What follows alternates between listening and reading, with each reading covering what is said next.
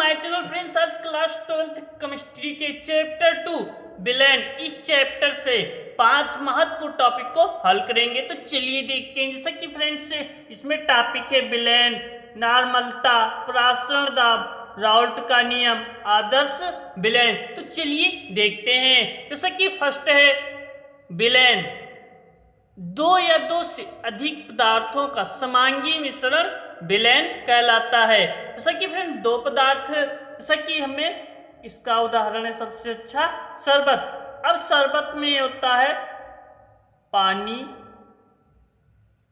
और चीनी, पानी चीनी। फ्रेंड्स जैसा कि विलेन में जिसकी मात्रा अधिक होती है तो उसे कहते हैं विलायक। अब शरबत में विलायक क्या है? शरबत में विलायक है पानी। और विलेन में जिसकी मात्रा कम होती है उसे विलेय कहते हैं। तो इसमें चीनी हो जाएगा विलेय। चीनी विलेय, पानी विलायक। चलिए नेक्स्ट टॉपिक नॉर्मलता। नॉर्मलता, नॉर्मलिटी, 1 लीटर विलेन में उपस्थित विलेय के तुल्यांकों की संख्या विलेन की नॉर्मलता कहलाता है। फ्रेंड जैसा कि 1 लीटर विलेन, अब जैसा कि मान लीजिए शरबत ही, 1 लीटर शरबत में उपस्थित विलेय के तुल्यांकों की संख्या विलेन की नॉर्मलता कहलाती है। 1 लीटर विलेन में उपस्थित ऐसे हो जाएगा। तो इसका कैपिटल एन से व्यक्त करते हैं, नॉर्मलता को कैपिटल एन से व्यक्त करते हैं। इसका सूत्र क्या होता है? तो फ्रेंड्स इसका सूत्र होता है कैपिटल एन बराबर small W upon E into V in ml गुणे 1000।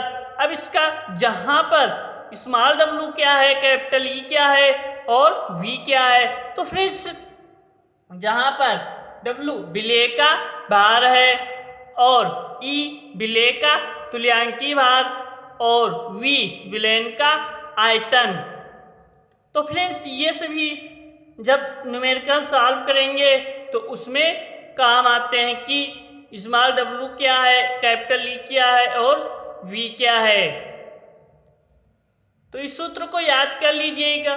चलिए नेक्स्ट टॉपिक की ओर पढ़ते हैं। तो नेक्स्ट टॉपिक प्रासरण दाब, ऑस्मोसिस प्रेशर। अब प्रासरण दाब किसे कहेंगे? तो प्रासरण के कारण विलेन में उत्पन्न दाब को प्रासरण दाब कहते हैं।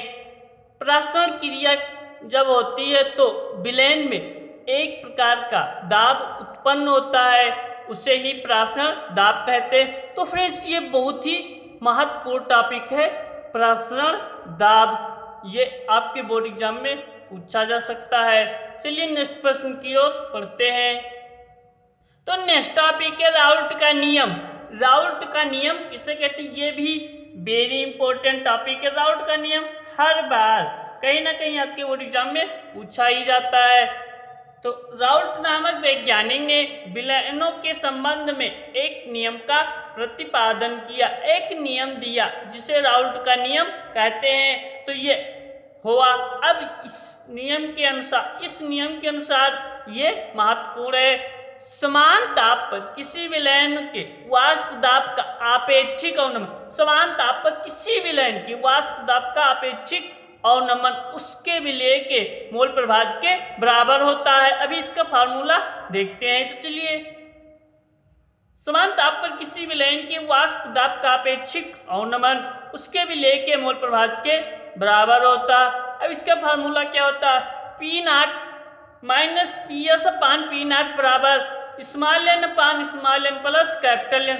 अब फ्रेंड्स यहाँ पर P0 क्या है, PS क्या है, स्मॉल एन और कैपिटल एन क्या है। तो चलिए देखते हैं। जहाँ पर P0 विलायक का वाष्प दाब है, PS विलेन का वाष्प दाब और स्मॉल एन विलेय के मोलों की संख्या और कैपिटल एन विलायक के मोलों की संख्या होगी।